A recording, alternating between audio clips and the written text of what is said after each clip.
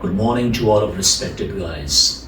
If you missed this narration, it means you missed an important lesson of life. So let's get started. Once upon a time there was a great master, and he had a student who was so devoted to him, towards his personality. So he was used to come to the master in order to learn knowledge and lessons of life. So one day he was sitting with his teacher. So he asked a question, that how did you achieve such a high rank of spirituality? Oh master, you hold such a huge rank of spirituality. How did you attain it? How did you achieve it? So master replied to his student that I'm not on such a huge rank. I'm nobody, I'm no one. I know one person that who has more lofty station than me, and he is on such a highest mark of spirituality where I cannot be. So student got a lot of curiosity in his heart to meet with that particular person as his master told him. So he requested to his master that, sir, I really want to meet with that person. The student asked from his master, would you be willing to introduce me to him? The master replied, yeah, I'll take you there.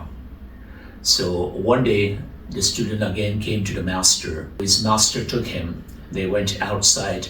They both sat into the car and drove to the remote area out of the city. And in specific destiny, they both came out from the car, and there was a walking track. The lanes were so dirty because there was a lot of garbage, mosquitoes, and standing water in the street was making them so dejected about all situation. Because there was a stinky water also, a smell was all around with them. They crossed the different streets, and in front of the broken house, the master knocked on the door. They stood there for almost 4 or 5 minutes, but no one just opened the door. Again the master knocked the door, and then a man came out. He opened the door, but the get-up of that man was so strange because he had long hair. He didn't wash his face from a long time, and he was looking so dirty in a dirty dress. The master agreed with that person. Then they both entered along with him in his home. They both sat into the dark room on the broken furniture. So meanwhile, the master asked from him, did she meet you? While listening to this question, that man started weeping in a loud voice. His whole body was trembling and he was shivering. Beside this, he was sobbing like small kids. When all this incident seen by the student, he was so shocked. So he left the room and went outside. The master sat for some time with that person and gave his sympathy to him, and then he also left. When he came outside, the student asked a lot of questions. Is he a person to whom you were talking about, that he is such a highest peak and rank of the spirituality? Have you seen his condition? He was in such a pathetic situation and condition. How can you say that he is such a huge spiritual master? The master replied to his student, keep quiet, I will reply all of your questions, not here, but at home. Then they crossed all of the lanes and lanes and reached their destiny where the car was stood.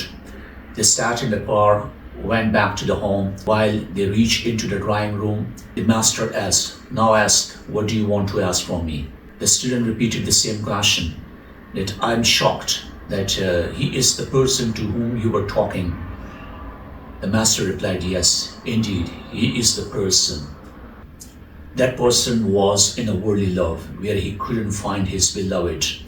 In such a huge grief, sorrows, and pain and torture and torment of separation.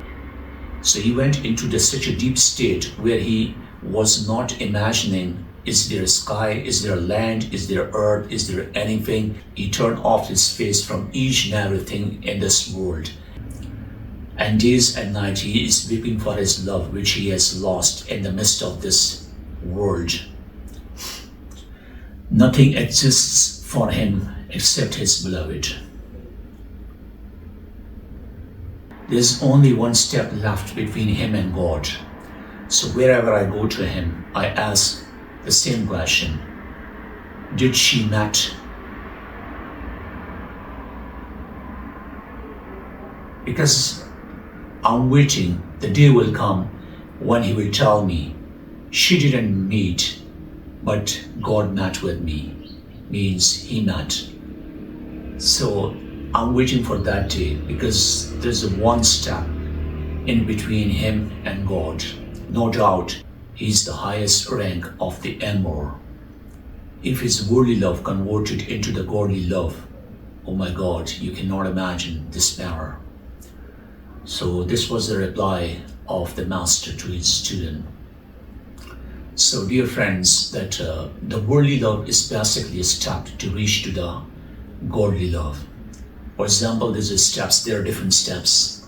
You cannot reach to the God directly, but you will love his creation.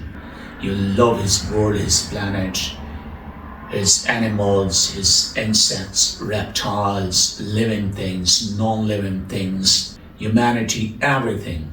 So by this process, you will reach to the way of God.